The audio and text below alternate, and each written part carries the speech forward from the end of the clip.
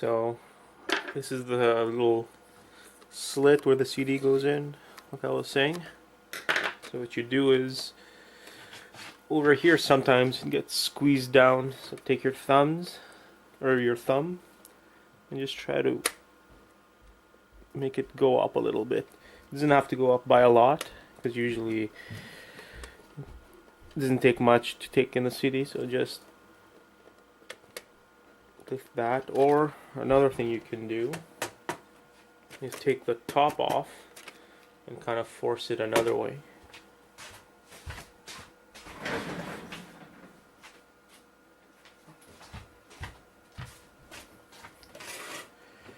So unscrew the little screws.